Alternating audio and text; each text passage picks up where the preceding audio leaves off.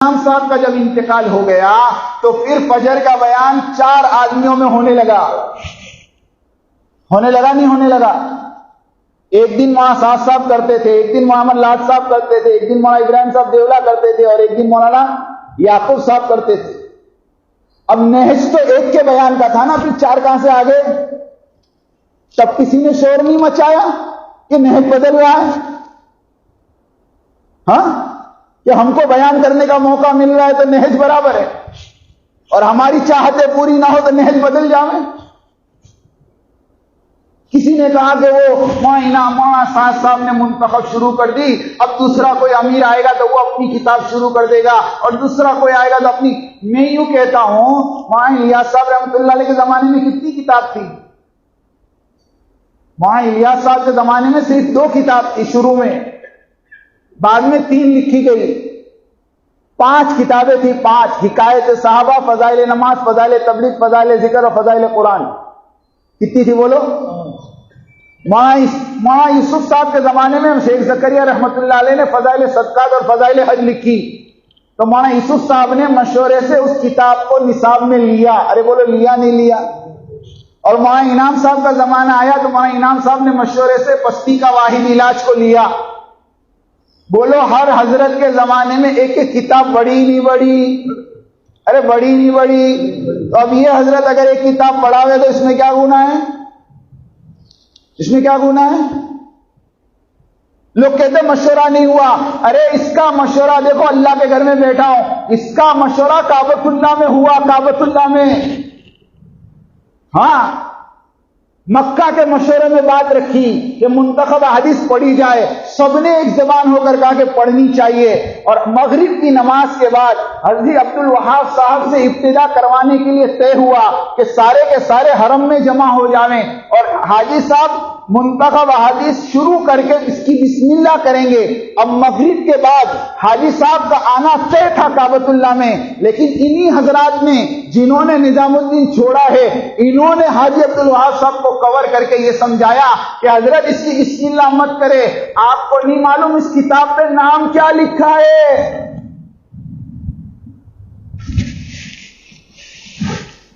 پتہ ہے نا کیا نام لکھا ہے؟ یہ کتاب ہم نہیں چلنے دیں گے، اور حاجی صاحب کو نہیں آنے دیا گیا کعبۃ اللہ میں۔ بتاؤ، سارا مجمع انتظار کرتے کرتے عشاء ہو گئی، پھر حضرت نے نظام الدین آ کر اس کا مشورہ کیا اور مشورے میں طے کیا، اس کے باوجود یہ حضرات کہتے مشورہ نہیں ہوا۔ مجھے یہ بتاؤ، مشورہ کس کو کہتے ہیں؟ کہ مشورے میں ایک امیر ہوتا ہے اور وہ سب سے رائے لیتا ہے، اور رائے لینے کے بعد وہ اگر فیصلہ کر دیں تو بتاؤ اپنی رائے بدل دینی چاہیے کہ نہیں بدلنی چاہیے؟ ارے بھائی، 50 آدمی نے ایک رائے دی، 35 آدمی نے ایک رائے دی، 15 آدمی نے ایک رائے دی، اگر امیر 15 آدمی کی رائے پر فیصلہ کرے تو باقی 85 کو بھی اپنی رائے بدلنی چاہیے کہ نہیں بدلنی چاہیے؟ مجھے بتاؤ۔ اگر آپ نے مشورے میں یہ رائے دی تھی کہ یہ کتاب نہیں چلنی چاہیے، مگر وقت کے ذمہ دار نے فیصلہ کر دیا کہ یہ کتاب چلے گی، تو بولو کتاب کا مشورہ ہوا کہ نہیں ہوا؟ اور اگر تم سے نہیں بھی پوچھا تو کیا گناہ ہو گیا؟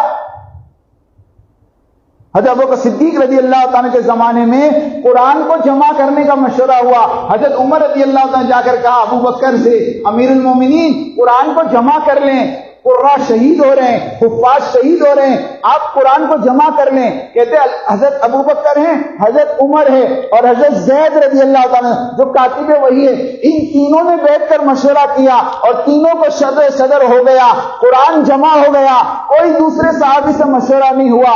ایک صحابی نے بھی کھڑے رہ کر یہ نہیں کیا کہ قرآن کے جمع کرنے کا مشورہ ہمارے ساتھ نہیں ہوا اس لیے ہم قرآن نہیں پڑھیں گے۔ ارے بولو تو صحیح، اگر ہم سے نہیں بھی پوچھا لیکن ایک چیز مشورے سے طے ہے تو بولو کرنا چاہیے کہ نہیں کرنا؟ اور چوتھی ہتھیار جو استعمال کیا جا رہا وہ دارالعلوم دیوبند کو استعمال کیا جا رہا، لیکن آپ لوگ ایک مرتبہ ٹھنڈے دماغ سے دارالعلوم دیوبند کا فتویٰ پڑھو۔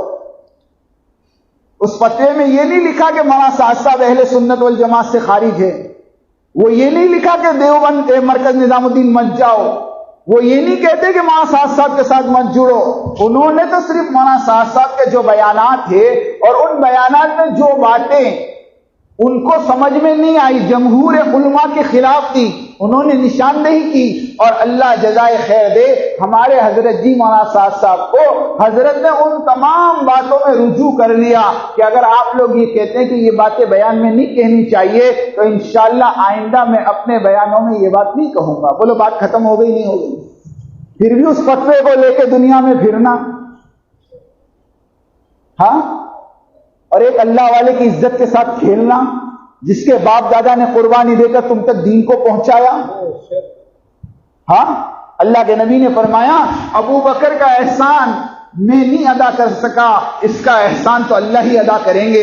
جیسے اللہ کے نبی نے ابو بکر رضی اللہ عنہ کے بارے میں کہا، ایسے میں آپ کو کہتا ہوں کہ حضرت مولوی الیاس صاحب رحمۃ اللہ علیہ اور ان کی اولادوں نے اور ان کے خاندانوں نے جو اس دعوت کے کام کے خاطر قربانی دی ہے، اس کا بدلہ پوری امت مل کے ادا نہیں کر سکتی۔ اس کی اولاد کو ستایا جا رہا، اس کی اولاد کو متہم کیا جا رہا، اس کی اولاد کو پوری دنیا میں بدنام کیا جا رہا، قیامت کے دن اس کے دادا کو کیا منہ دکھاؤ؟ اس لیے سارے مجمع سے میں التجا کرتا ہوں اور سارے مجمع سے میں آج ایک وعدہ لینا چاہتا ہوں کہ آپ تمام کے تمام اس بات کو سمجھ لو کہ ہمارا مرکز تو، ارے بولو زور سے، اور ہمارے امیر حضرت جی مولانا سعد صاحب ہے۔ ہاں، یہ امت ہمیشہ ایک امیر کی ماتحتی میں چلی ہے، جس جماعت کا کوئی امیر نہیں اس جماعت کا امیر شیطان ہوتا ہے، اور ان کے ساتھ اللہ کے واسطے ہم نہ چلے۔ ہم اپنے عملے کو بھی اور اپنے مجمع کو نظام الدین سے جوڑے، نظام الدین کی اطاعت کریں، اور نظام الدین سے جو بات ہمارے صوبے کے امیر صاحب لے کر آوے ان باتوں کو مانیں، ان کی اطاعت کرے۔ دیکھو قرآن میں ترتیب ہے، یا ایھا الذین آمنوا اطیعوا اللہ واطیعوا الرسول واولی الامر منکم۔ اللہ کی اطاعت، اس کے رسول کی اطاعت اور امیر کی اطاعت۔ سب سے پہلے اللہ ہے، بڑے اللہ ہے، اللہ کی اطاعت کریں گے، اس کے بعد رسول کی کریں گے، اس کے بعد امیر کی کریں گے۔ اس کام کا سب سے بڑا مرکز نظام الدین بنگلے والی مسجد ہے، سب سے پہلے اطاعت وہاں کی کریں گے، اس کے بعد اپنے صوبے کی کریں گے، اور اس کے بعد اپنے ضلع کی کریں گے، اور اس کے بعد اپنے مسجد کے امیر کی اطاعت کریں گے۔ تو سب اطاعت کرو گے انشاءاللہ۔ اللہ پاک ہم سب کو کہنے سننے سے زیادہ عمل کی توفیق عطا فرمائیں۔ السلام علیکم ورحمۃ اللہ وبرکاتہ۔ شبہات کا ازالہ پیج کو سبسکرائب کریں اور بیل آئیکن دبائیں، سب سے پہلے